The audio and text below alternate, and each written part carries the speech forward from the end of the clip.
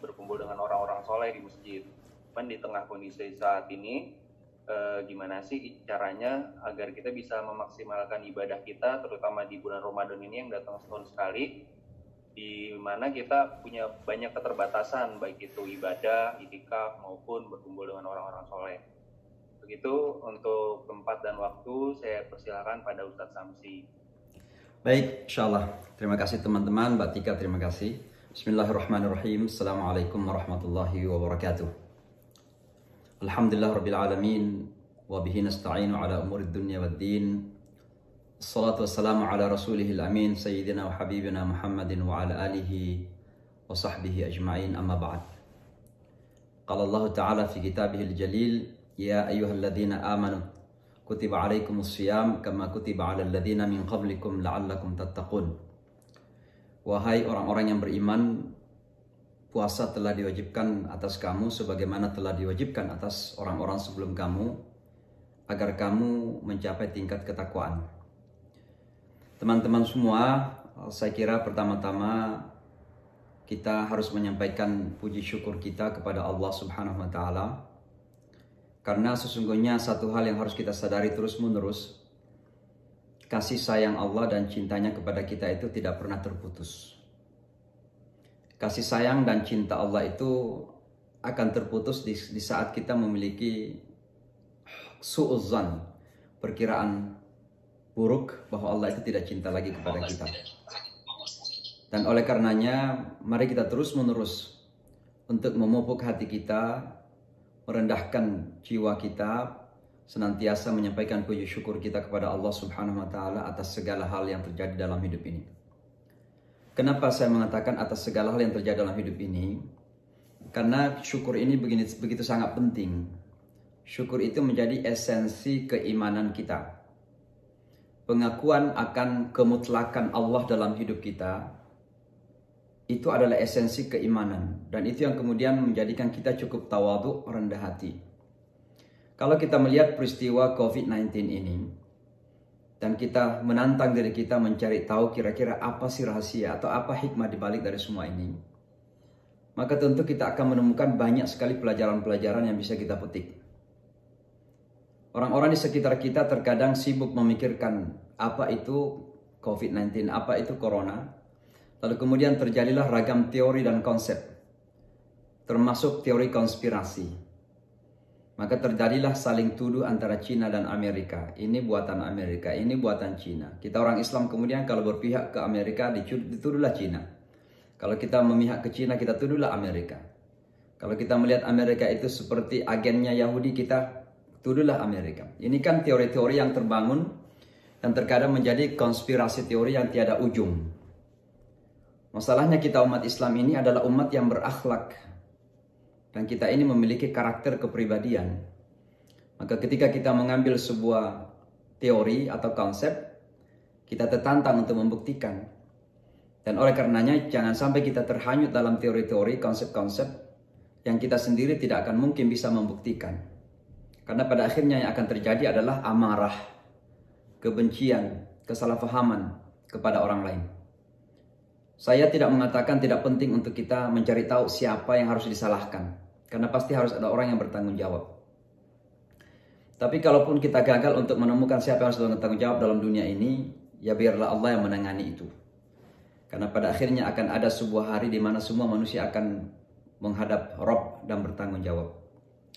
Tapi kembali kepada hikmah-hikmah daripada peristiwa COVID-19 ini, salah satu yang terpenting itu adalah seperti yang disebutkan dalam Al-Quran, bahwa dari masa ke masa itu Allah mengirim cobaan, Allah mengirim bahkan bala. Dan kalau kita melihat virus ini yang disebut corona, lalu kita menengok kembali kepada sejarah, itu hampir setiap 100 tahun ada pandemi keras yang terjadi. Coba dibaca sejarah itu. Saya tidak tahu apa ini salah satu pembuktian dari Al-Quran yang mengatakan bahwa Allah itu mengutus wabah dari masa ke masa. Salah satu tujuannya adalah, dan itu disebutkan dalam Al-Quran, la'allahum yatadarra'un, agar manusia ini bisa menyadari keterbatasan dan kelemahannya, agar mereka bisa rendah hati.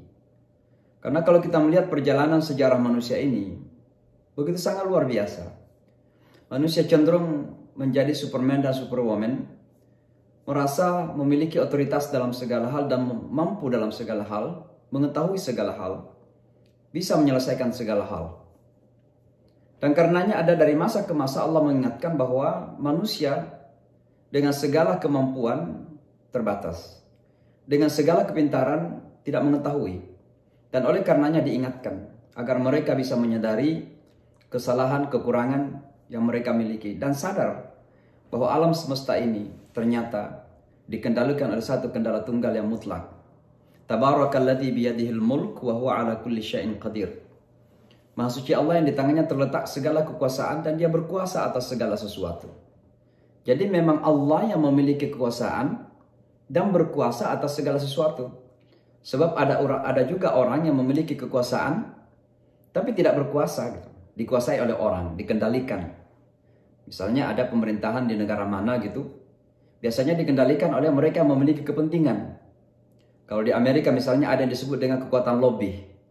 Maka biasanya mengendalikan pemerintahan adalah mereka yang punya duit, yang mengendalikan lobby di Kongres misalnya. Maka Allah itu nggak bisa dikendalikan. Tidak ada lobby-lobby kepada Allah itu. Karena Allah memiliki kekuatan mutlak dan kekuasaan mutlak dan mampu untuk mengimplementasi kekuasaan dan kekuatan itu.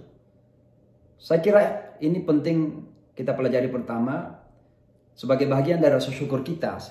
Mengakui secara mutlak akan kemahakuasaan Allah dalam hidup kita.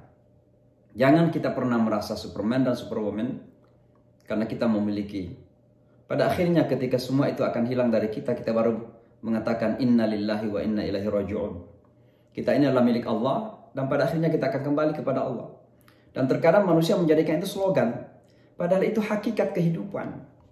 Kenapa baru disadari ketika mati? Ketika masih hidup, nggak merasa bahwa dia miliknya Allah gitu loh. Tidak merasa bahwa dimiliki oleh Allah. Ya, nanti setelah mati baru innalillah. Kita adalah milik Allah. Wa inna ilaihi raji'un. Dan kita akan kembali. Kenapa setelah mati baru itu terjadi? Padahal kan seharusnya disadari ini sebagai bagian dari fondasi kehidupan kita. Kedua, kata syukur ini juga memiliki makna bahwa dengan syukur itu kita harus positive thinking. Artinya apa? Segala sesuatu yang terjadi dalam hidup kita itu kalau sudah menjadi realita di hadapan mata kita, sudah menjadi sebuah fakta, maka itu harus kita yakini sebagai bagian dari keputusan yang maha kuasa. Itulah yang disebut dengan al-imanu bil qadar, beriman kepada takdir dan qadar itu. Kalau itu sudah terjadi, tapi jangan kemudian kita memutuskan bahwa oh qadar saya sudah seperti itu, padahal belum ada di hadapan mata kita. Saya mah ditakdirkan jadi miskin, ngapain saya sekolah, ngapain saya kerja keras. Itu bukan takdir namanya. Itu namanya berburuk sangka kepada Allah. Jadi ketika sesuatu sudah terjadi, terimalah sebagai takdir. Dan kalau kita yakin itu sebagai sebuah takdir, maka yakinlah bahwa tidak ada takdir yang terjadi dalam hidup itu kecuali pasti ada nilai-nilai yang Allah simpan untuk kita. Saya ingin berikan contoh sedikit tentang kami di Amerika sekarang ini. Amerika menjadi epicenter dari penyebaran COVID-19 ini. Bahkan melewati semua negara-negara. Melewati Italia, melewati Spanyol. Lebih banyak yang meninggal daripada yang di Cina sendiri. Sudah kemarin 2 hari yang lalu hampir 50.000. Saya kira sekarang udah lebih 50.000. Tentu ini luar biasa bagi orang Amerika. Kenapa saya katakan luar biasa? Karena Amerika dikenal sebagai negara yang super. Ya, hampir super image, super persepsi. Ya, dianggaplah sebagai negara superpower gitu. Tapi kok bisa menjadi seperti itu? Kewalahan menangani. Rumah sakit penuh, dokter banyak yang sakit, nurses banyak yang sakit, ruang-ruang emergency tidak bisa menampung, bahkan penguburan juga tidak mampu menampung mayat-mayat itu. Maka ini menjadi tantangan terbesar. Nah, bagi kami umat Islam, tantangan ini nyata di hadapan mata. Maka kita anggap ini adalah takdir. Ketika sudah realita, lalu kita mencari di balik dari realita yang menurut kita ini pahit, kita tidak senangi. Kira-kira di balik dari itu apa sih nilai positif yang bisa kita petik? Itu yang namanya positive thinking. Nah, ternyata luar biasa. Salah satu di antaranya adalah ketika para ahli mengatakan bahwa salah satu cara menghadapi corona ini adalah dengan mencuci tangan. Kita bangga sebagai orang Islam. Karena bagi kita itu bukan konsep baru. Itu dari dulu minimal kita 5 kali sehari semalam salat dan kita berwudu. Bahkan orang Islam yang mau menjaga wudhu lebih baik lagi setiap saat dia menjaga dirinya dalam keadaan bersih. Bukan cuma itu, kita berkumur-kumur, mencuci hidung.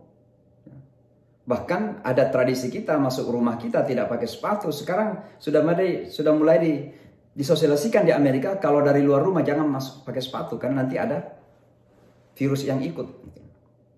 Kemudian ketika ada karantina sekarang, itu kan hadis Nabi dari dulu mengatakan, kalau ada wabah di sebuah tempat, jangan kamu ke sana. Dan kalau kamu berada di sebuah tempat yang ada wabahnya, jangan keluarkan. Itu kan karantina dari dulu. Artinya apa?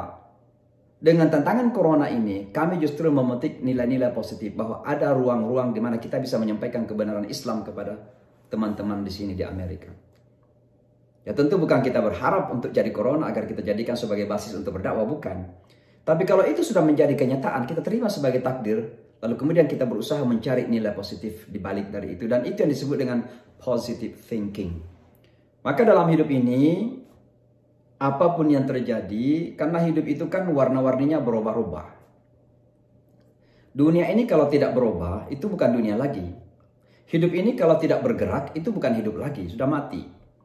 Maka segala sesuatu yang ada dalam alam semesta ini, itu mengalami perubahan.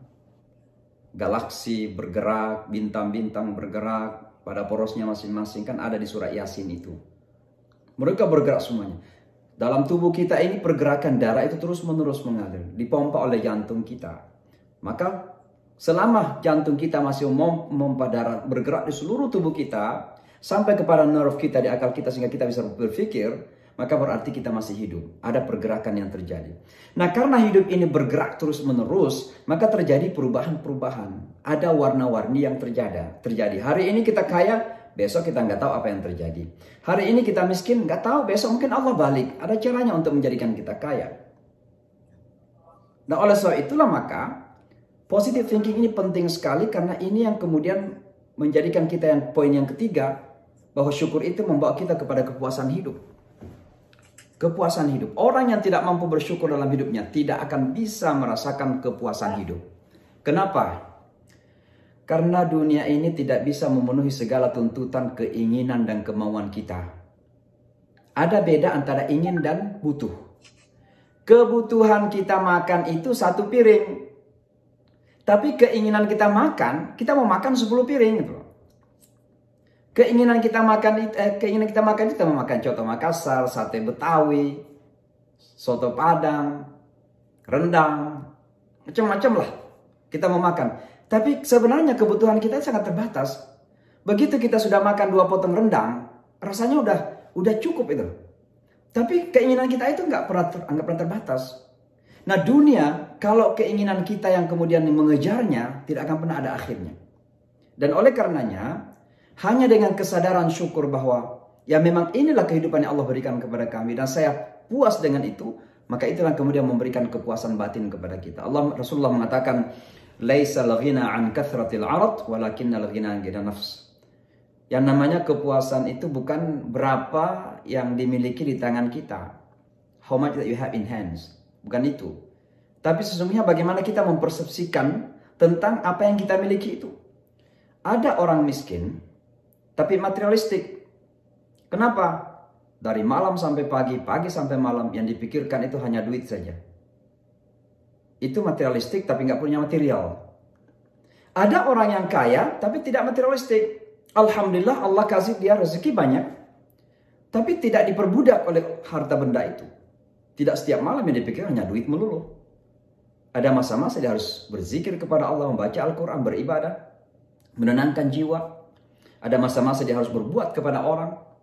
Nah, itulah namanya kepuasan. Jadi ini poin pertama pada pagi hari ini, kita belajar bersyukurlah. Kenapa? Karena puasa itu mengantar kita kepada syukur. Walitukmilul iddata walitukabbirullaha ala ma hadakum la'allakum tashkurun. Coba baca surah Al-Baqarah ayat 185. Ya. Di ujung ayat itu dikatakan walitukmilul iddah, sempurnakan bilangan puasa, walitukabbirullah, dan bertakbirlah di akhir bulan Ramadan. Untuk apa? La'allakum tashkurun, agar kamu bisa menjadi hamba-hamba yang bersyukur. Maka mari kita belajar bersyukur, karena ini bahagian dari tujuan utama dari berpuasa kita. Nah, teman-teman semua, saya tentu tidak perlu banyak berbicara tentang apa makna puasa, definisi puasa, itu bisa dibaca banyak. Ya, silakan bisa ditanya Profesor Google, juga bisa memberikan jawaban yang baik. Ya. Tapi saya ingin mencoba membahas sedikit tentang esensi dasar dari puasa itu. Kan definisi puasa itu begini, sederhana. Al-imsaku 'anit ta'ami wasyarabi wal jima'i min ba'di tulu'il fajri tsani ila ghurubisy syamsi. Itu definisi bahasa Arab ya, lillahi ta'ala. Jadi definisi puasa itu adalah menahan diri. Ini esensi yang paling utama. Menahan diri dari makan, dari minum, hubungan suami istri, dari sejak fajar kedua. Fajar kedua itu ketika azan subuh. Jadi bukan yang disebut imsak di Indonesia. Kalau imsak itu di Indonesia, itu belum mulai puasa, masih bisa makan. Sampai terdengar azan baru berhenti makan. Kenapa ada kata imsak? Itu sekedar untuk kita berhati-hati jangan sampai kelewatan. Tapi bukan berarti nggak boleh lagi makan. Karena suatu ketika Umar radhiyallahu anhu, beliau lagi makan begitu, terus makanan masih ada di mulut beliau, tiba-tiba azan. Ada seorang sahabat yang kasih tahu, ya Umar, sudah azan. Dia katakan tidak apa-apa, itu wajib, artinya wajib mendengarkan azan dan pergi sholat. Ini juga wajib, artinya wajib menyelesaikan makanan, karena kalau tidak menyelesaikan makanan ini dia bisa kesedot gitu ya. Makanya beliau selesaikan makanan tersebut walaupun azan sudah. Artinya apa? Ada fleksibilitas di sini. Jadi menahan diri dari makan, minum, hubungan dari suami istri dari fajar pertama sampai terbenam matahari. Terbenam itu dengan azan maghrib. Ya. Lillahi ta'ala, untuk Allah. Ini definisi puasa sangat sederhana sekali. Tapi esensinya adalah menahan. Nah, kata menahan ini yang perlu kita selami, kita dalami sesungguhnya. Kita hayati betul apa sih arti menahan ini. Kenapa kata menahan ini sangat penting. Dan kenapa simbolnya itu makanan, minuman, dan kemudian hubungan suami istri itu. Karena sesungguhnya esensi keduniaan di situ, esensi hawa nafsu ada di situ. Sementara menahan ini, itulah yang kemudian akan mengatur, merajut bagaimana hubungan antara kita dan hawa nafsu kita. Kegagalan manusia dalam menahan diri, yang tentulah menahan hawa nafsu di sini, itulah yang kemudian mengantar kepada ragam kerusakan yang terjadi dalam dunia ini. Zahara al-fasadu fil barri wal bahri bima kasabat aydin nas liyudhiqahum ba'dha alladhi 'amilu la'allahum yarji'un. Nampak kerusakan di bumi dan di langit, di udara. Di bumi dan di laut. Karena tangan-tangan manusia, apa yang dilakukan oleh manusia. Kenapa tangan manusia berbuat kerusakan? Karena ada central commander, ada central commanding yang datang dari hati. Hati inilah yang kemudian terkadang tidak bisa mengontrol anggota tubuh kita. Dan oleh karenanya, esensi puasa dengan menahan itu relevansinya, kaitannya ada kepada jiwa dan hati kita. Dan oleh karenanya puasa sesungguhnya bukan sekedar perintah biasa, tapi perintah yang khusus disampaikan kepada orang-orang yang beriman. Maka panggilannya, ya ayyuhalladzina amanu, wahai orang-orang yang beriman. Karena orang yang setengah hati dengan iman, dia bisa menahan makan, dia bisa tidak makan, bisa tidak minum. Tapi bukan berarti berpuasa. Tapi orang beriman, insya Allah dia akan melakukan puasa. Dan puasa itu memiliki definisi yang sangat dalam. Kenapa? Karena itu berkaitan dengan kemampuan kita menata hati, kemampuan kita merajut jiwa, agar kita tetap bisa menghadapi derasnya apa yang disebutkan dengan dorongan hawa nafsu keduniaan kita itu. Nah, kegagalan manusia dalam mengontrol hawa nafsu inilah yang kemudian mengantar kepada ragam kerusakan yang saya istilahkan jahanam-jahanam kecil dalam kehidupan kita. Climate change yang terjadi, perubahan iklim dengan terjadinya banjir di mana-mana, terjadi bencana alam di mana-mana, itu karena tangan-tangan manusia, kegagalan mengontrol jiwa yang rakus. Maka hutan-hutan pun dimusnahkan, hutan-hutan pun diteban pohon tanpa tanggung jawab. Semua ini adalah karena kerakusan manusia. Demikian juga perang-perang yang terjadi, perang di Timur Tengah, perang di mana-mana. Amerika mengirim tentara ke Afghanistan, tentara ke Irak, tentara ke Suriah. atas nama demokrasi, atas nama kebebasan. Tapi kalau kita peras lebih jauh lagi, kita kaji lebih jauh lagi, tujuannya ternyata adalah kapitalisme untuk kepentingan dunia, karena di sana adalah pusat kekayaan minyak. Ini nampak sekali dalam keduniaan kita. Maka artinya apa? Ada satu surah dalam Al-Quran disebut surah An-Nazi'at. Al-Quran mengatakan, A'udzubillahi minasyaitonirrajim, fa idza ja'atit tammatul kubra. Ketika bencana besar terjadi, artinya hari kiamat itu. Yauma yatadzakkarul insan ma sa'a. Pada waktu itu manusia kemudian sadar apa yang pernah dia lakukan. Fa amma man tagha, maka barang siapa yang melampaui batas. Nah, ini melampaui batas ini. Fa innal jahima hiyal ma'wa. Maka jahim, jahannam adalah akhirnya akan terjadi. Nah, manusia melampaui batas tadi itu karena tidak bisa mengontrol hawa nafsu. Dan oleh karenanya ayat selanjutnya mengatakan, wa amma man khafa maqama rabbih, maka barang siapa yang memiliki rasa takut kepada kebesaran Tuhannya, fa innal jannata hiyal ma'wa. Wa nahan nafsa 'anil hawa, dan menahan diri dari hawa nafsu, fa innal jannata hiyal ma'wa, maka surga adalah akhirnya. Maka dunia ini bisa menjadi neraka-neraka kecil, tapi juga bisa menjadi surga kecil. Dan yang nampak di hadapan mata kita banyak sekali terjadi jahanam-jahanam kecil, karena kegagalan manusia mengontrol hawa nafsu itu. Maka sekali lagi kembali kepada puasa. Puasa esensinya adalah belajar merajut jiwa, belajar menata hati, agar kita tidak mudah diperbudak oleh hawa nafsu kita sendiri. Nah, saya barangkali ingin akhiri saja supaya kita lebih banyak berdialog dan berdiskusi. Ya, karena ini juga sudah hampir jam 11 di kota New York, atau saya sekarang di pesantren Connecticut. Saya ingin akhiri dengan ini. Tujuan puasa yang disebutkan dalam Al-Quran itu ada 3 tadi. Saya sudah sebutkan 1, syukur ya. Yang kedua kan, la'allakum tattaqun, agar kamu bertakwa. Nah, takwa itu apa? Takwa itu adalah implementasi iman, Islam, ihsan kita. Ya, mungkin sudah pernah dengarkan definisi masing-masing. Iman itu di hati, Islam itu yang kemudian mengatur kita bagaimana membuktikan keimanan seperti sholat, puasa, zakat. Ya. Kemudian ihsan itu adalah kemampuan kita mengikat hati kita dengan Allah. Ya, sehingga segala perbuatan yang kita lakukan seolah-olah itu ada kaitannya dengan Allah. Kita bukan bebas melakukan apa saja, tapi kita melakukan karena Allah Subhanahu wa taala, dan kita melakukan berdasarkan pengawasan Allah. Itu namanya ihsan. An ta'budallaha ka'annaka tarah, fa illam takun tarahu fa innahu yarak.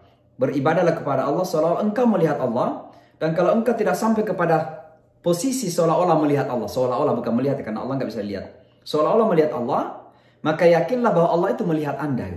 Nah, itu namanya ihsan. Nah, ketika Islam, iman, dan ihsan ini menyatu dan bisa kita buktikan dalam kehidupan, itu yang disebut dengan tattaqun, ketakwaan. Maka ketakwaan itu adalah pelaksanaan Islam di dalam dan di luar. Physical and non-physical. Secara iman dan secara Islam kita. Itulah yang disebut dengan ketakwaan. Nah, ini salah satu tujuan puasa kita.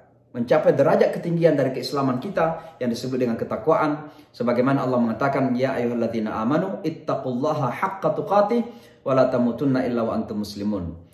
Wahai orang yang beriman, bertakwalah kepada Allah dengan takwa yang sesungguhnya, dan jangan sampai meninggal kecuali dalam keadaan Islam.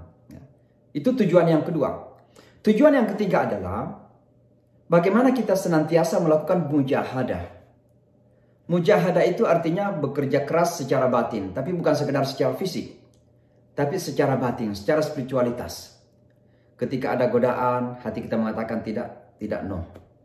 Ketika ada gangguan, hati kita mengatakan biarin saja. Ketika ada orang yang ingin berkelahi dengan kita mengatakan bukan kita takut, bukan kita lemah, kita bisa ngalahin dia. Tapi hati kita mengatakan jangan dilayanin, itu orang bodoh. Ya, Al-Quran mengatakan wa ibadur rahmanil ladzina yamshuna 'alal ardi hauna. Hamba-hamba Allah itu yang berjalan di atas bumi ini dengan kerendah hatian. Wa idza khatabahumul jahiluna, kalau orang-orang jahil melakukan kejahilan kepadanya, qalu salama. Mereka mengatakan peace, kami damai. Kami tidak ingin melakukan pemberontakan atau kekacauan. Itu saja sikap orang yang beriman. Nah, Ini adalah bagian dari mujahadah kita. Di bulan Ramadan kita bermujahadah untuk melakukan apa yang disebut dengan at-taqarrub ilallah, pendekatan kepada Allah Subhanahu wa taala. Maka coba baca ayat lagi di surah Al-Baqarah ayat 186. Allah mengatakan, "Wa idza sa'alaka 'ibadi 'anni." Kalau hambaku bertanya kepadamu wahai Muhammad tentang aku, qul inni qarib. Katakan kepada mereka, saya ini sangat dekat kepada mereka. Kata qaribun, dekat, ini yang kita perjuangkan selama bulan Ramadan. Makanya ayat ini ditaruh di tengah-tengah ayat tentang puasa. Kenapa? Karena salah satu esensi dan tujuan terutama dari puasa adalah selalu merasa dekat dengan Allah Subhanahu wa taala. Dan kalau kita dekat dengan Allah Subhanahu wa taala, Masya Allah, ini bukan karena sekedar Al-Quran ya, tentu ini yang paling penting, tapi pengalaman. Ya, saya di Amerika Serikat ini kan sudah cukup lama, sekitar 23 tahunan. Ya, selama 23 tahun ini banyak sekali pelajaran-pelajaran yang kita pelajari, kita petik. Salah satu di antaranya adalah bahwa ternyata hidup di Amerika ini hiruk pikuknya banyak. Ya, ada senangnya, tapi ada juga pahitnya. Senangnya alhamdulillah segala sesuatu teratur. Ya. Di sini sangat teratur, semuanya dijamin. Undang-undang juga menjamin kita. Kita ada kebebasan. Saya bebas mengkritik Donald Trump dan tidak perlu dikriminalisasi karena itu. Ya, tidak perlu di sosial media saya terbuka mengkritik Donald Trump. Ini saya kritik lagi karena Presiden Donald Trump belum memberikan ucapan selamat Ramadan kepada kita ini. Sementara Perdana Menteri Kanada sudah, Perdana Menteri Inggris sudah, Perdana Menteri Australia sudah, bahkan Wali Kota New York sudah, Gubernur New York sudah. Kok seorang Presiden Amerika belum memberikan ucapan Ramadan, selamat Ramadan gitu. Ini kan aneh. Artinya apa? Itu membuktikan bahwa di hatinya membenci kepada Islam. Nah, ini saya kritik secara terbuka. Tapi alhamdulillah Amerika itu menjamin yang namanya freedom of speech. Sesuatu yang harus kita syukuri di Amerika Serikat. Tapi tantangannya luar biasa. Tantangan yang terberat adalah bagaimana bahwa kecurigaan kepada kita umat Islam itu besar. Begitu kita diketahui orang Islam ada di kereta api, mungkin ada saja orang yang curiga ini sebentar-bentar akan meledakkan kereta api. Kan begitu. Nah, ini kan berat bagi kami. Tapi alhamdulillah dengan qurba minallah, kedekatan kita kepada Allah itu, semua menjadi hayyin, menjadi sangat mudah kita jalani. Nah, saya itu perjalanan selama 23 tahun ini sampai saat ini alhamdulillah kita jalani terus. Ya. Barangkali kalau seandainya bukan karena kita dekat kepada Allah, merasa bersama dengan Allah Subhanahu wa taala, ada dua kemungkinan. Boleh jadi menjadi putus asa atau sebaliknya terbawa arus. Karena juga banyak godaan. Kita digoda dengan konsep-konsep yang terkadang indah. Misalnya mohon maaf, semua agama itu sama. Orang Islam yang faham agama dan orang Kristen yang faham Kristen, orang Hindu yang faham Hindu, orang Buddha yang faham Buddha, tidak akan bisa mengatakan sama semua agama itu. Karena orang Katolik misalnya, bagi kita orang Islam, pasti mereka mengatakan orang Islam itu salah. Atau mereka akan memakai bahasa kita misalnya, oh, orang Islam itu kafir gitu. Loh, kenapa? Karena kita kafir kepada keimanan mereka. Apa keimanan orang Katolik? Percaya bahwa Yesus itu anak Tuhan atau Tuhan itu sendiri. Nah, kita nggak mungkin mengimani itu. Karena kita mengingkari keimanan itu, maka mereka kemudian memanggil kita sebagai kafir. Artinya orang yang ingkar. Orang yang ingkar. Maka sekali lagi, di bulan Ramadan ini kita berusaha untuk dekat kepada Allah. Dan kedekatan kita kepada Allah itu, kebersamaan kita dengan Allah itu akan memberikan kekuatan kita dalam menjalani segala hiruk pikuk yang terjadi dan warna-warni yang ada dalam kehidupan kita. Baik teman-teman, yang terakhir sekali mungkin adalah bahwa pada akhirnya bulan Ramadan ini adalah bulan di mana kita merajut karakter kemanusiaan kita. Dan percayalah bahwa akhlakul karimah itu adalah the cheese of the religion. Itu adalah cheese-nya. Kalau cheese itu kan dari susu kemudian menjadi intisarinya gitu, maka akhlak manusia itu adalah intisari dari agama kita. Ibadah itu tujuannya supaya kita baik. Puasa itu tujuannya supaya kita baik. Berhaji itu tujuannya supaya kita baik. Bukan sebaliknya. Semakin hebat sholat kita, semakin kita sombong kepada orang. Semakin bagus puasa kita, semakin kita nyakitin orang. Berarti itu semua kegagalan. Dan oleh karenanya, rajutlah perilaku kita akhlakul karimah selama bulan Ramadan ini. Dan pada akhirnya, itulah yang akan menjadi modal utama kita untuk kita masuk ke dalam surganya Allah Subhanahu wa ta'ala. Karena faktor terbesar yang akan menjadikan kita masuk ke dalam surga Allah Subhanahu wa ta'ala, tentu dengan rahmat Allah, adalah dengan karakter akhlakul karimah kita. Saya kira demikian, mohon maaf agak panjang, barangkali mungkin kita Tanya jawab saja, saya kembalikan kepada moderator. Hadanallah wa iyyakum ajma'in. Wassalamualaikum warahmatullahi wabarakatuh. Waalaikumsalam. Waalaikumsalam warahmatullahi wabarakatuh.